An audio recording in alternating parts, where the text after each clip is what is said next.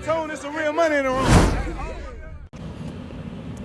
I wanted to ask you something different now. I know you said that you kind of been exiled or alienated from what's going on with the current generation, but I'm curious to know. Well, I'm not exiled from the generation. I hang with them all on the street. I just don't look at the internet because I know everybody on there. Like I said before, I wouldn't be friends with nobody because everybody else got beef. I don't have no problem with nobody. I'm gonna do what I do without the internet. Regardless. So I don't look at it because a lot of it is entertainment, false propaganda, guys knowing, and I'm knowing both parties. So that keeps me neutral out the way.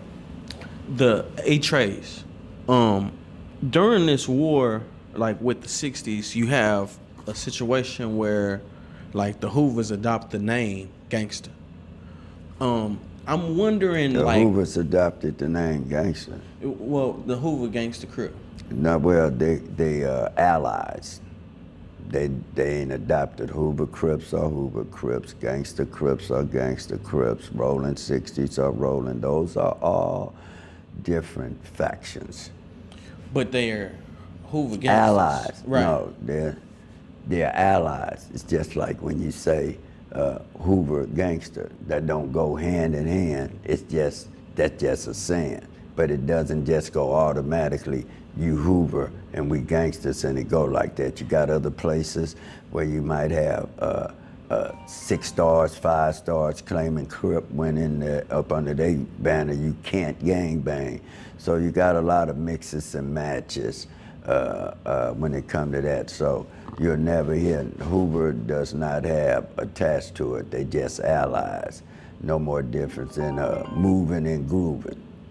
Right. So it's the same thing, but they didn't adopt nobody's name. They're just associates. They practice whatever they do together.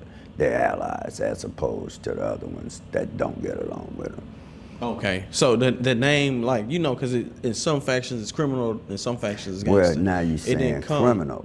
That's different. You got criminals. That's just no more different than a CCO, a Blue Note, a Vanguard. It's still an offset of the Crips. It's still ending with Crip. Hoover criminal, they might be independent or something like that. But it's so way out. You got 300, 400 different gangs now. I mean, what more you gonna get out of this? It's you know, it really looks stupid, riding a dead horse down a dark canyon, dying over a city you never went to. You ain't a threat to nobody but each other. I don't hear nobody talking about killing no white. I don't hear nobody talking about killing no police. I don't hear them do nothing but talking shit on the internet about each other. Game goofy. Here's my final question, and with that last statement, you kind of, you know, summed it up. As goofy, but you're somebody who originated it. My question to you is, how do you stop the goofiness? Like, even if you look at the Big U case, right? A lot of what is transpiring, or at least what's coming out. Well, they look at it as a badge of honor.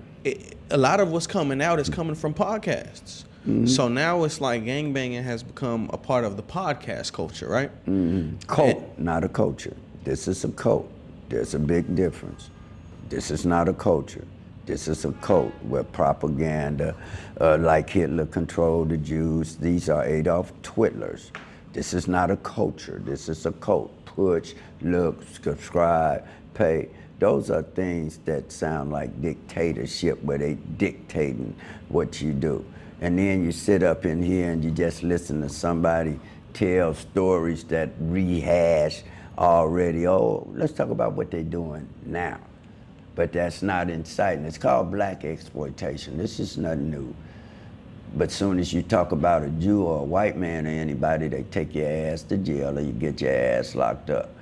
But you're up here laughing like a mule chewing on barbed wire about each other. Ain't nothing cool about that. You got people that got parents, and you got a lot of people that ain't gonna take this shit when they get close enough to where they can touch your ass.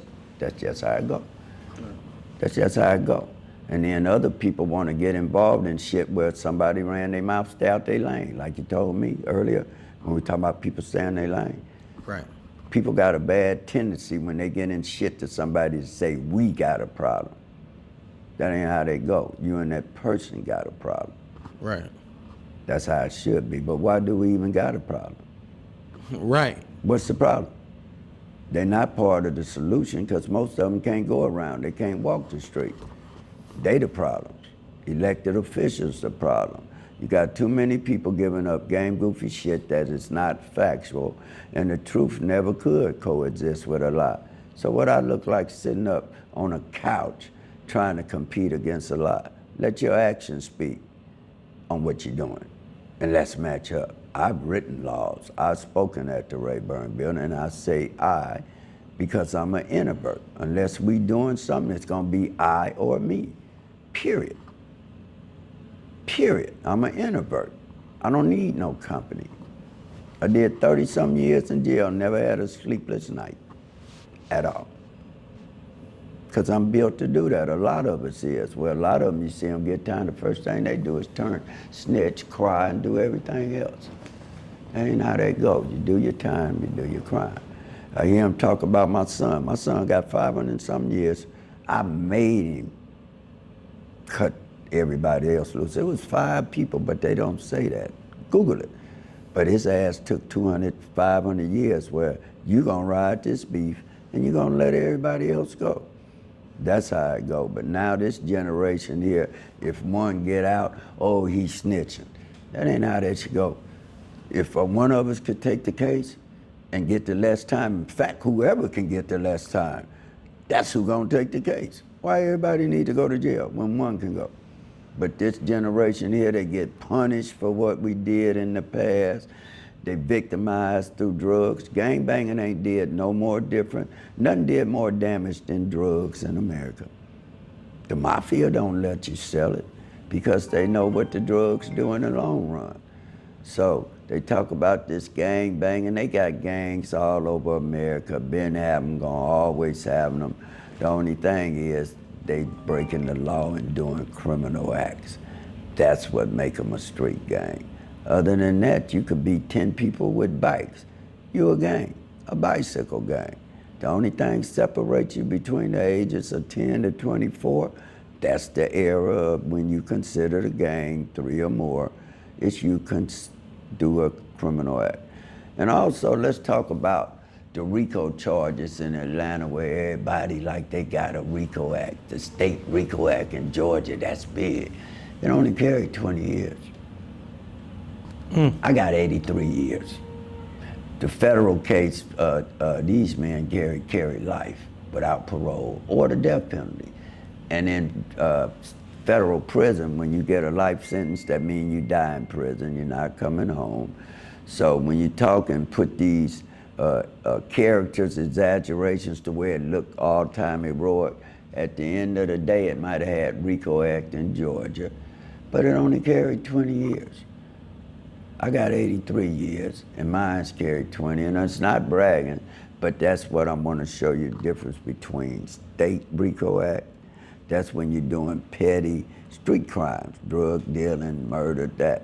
But when you get to this, you got organized crime where there's a chain of command, there's a structure. That's why they're in federal court and not in state RICO. See the difference? You and them on a whole nother different level. And when you're in Georgia, in the trial that they went through, I did 5 years in Georgia. And shout out to my boy Brian Nichols, still on death row, that should have been exonerated after all those times going to court. And they need to bring that up. It's hard when a white woman say you raped them in Georgia and you get 3 hung juries. And that's what happened to my man, and then he ended up killing everybody in the courtroom. But that was my partner in Jackson. So I got fond memories of Georgia, but I also know the law down there very, very well. I'm still on parole doing 20 years from there. Hey, RealToon, there's some real money in the room.